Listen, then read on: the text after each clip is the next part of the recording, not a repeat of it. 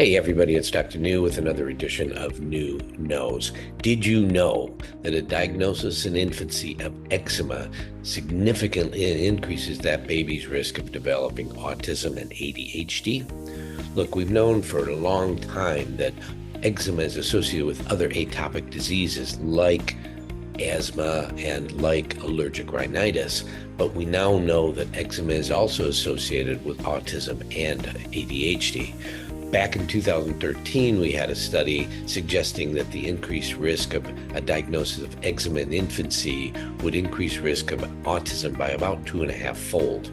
We now have a recent review article from Casella and Company out of Italy, published in the International Journal of Molecular Sciences, that suggests that the association is strong between eczema and things like autism and ADHD. And not only is there an association, but the severity of the eczema will also increase the likelihood of severe autism, increasing it almost 3-fold.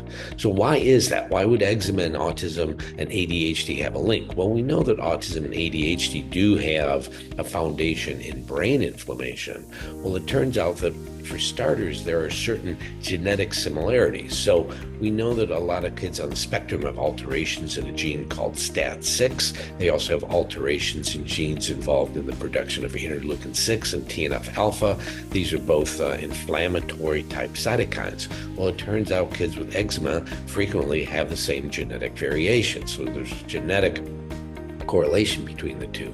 The second is this idea, and this is more of a causative nature, that perhaps kids with eczema release more histamine, and that histamine destroys or disrupts the blood-brain barrier and increases the likelihood of creating brain inflammation, which can develop into what we call autism.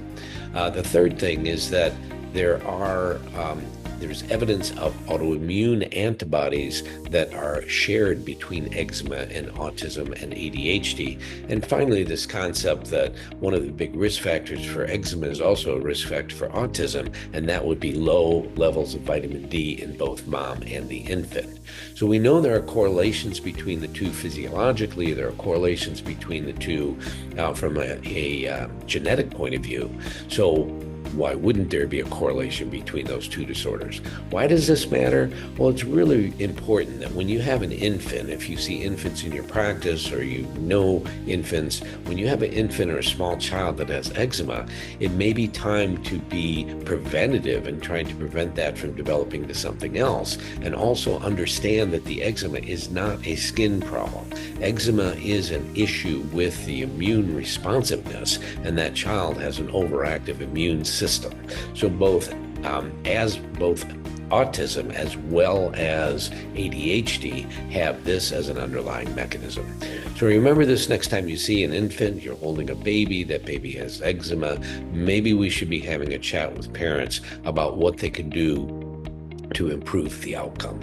How do you do that? Well, for that, you're going to have to attend a MAPS conference. So eczema and autism and ADHD, this is Dr. New, and now you know too.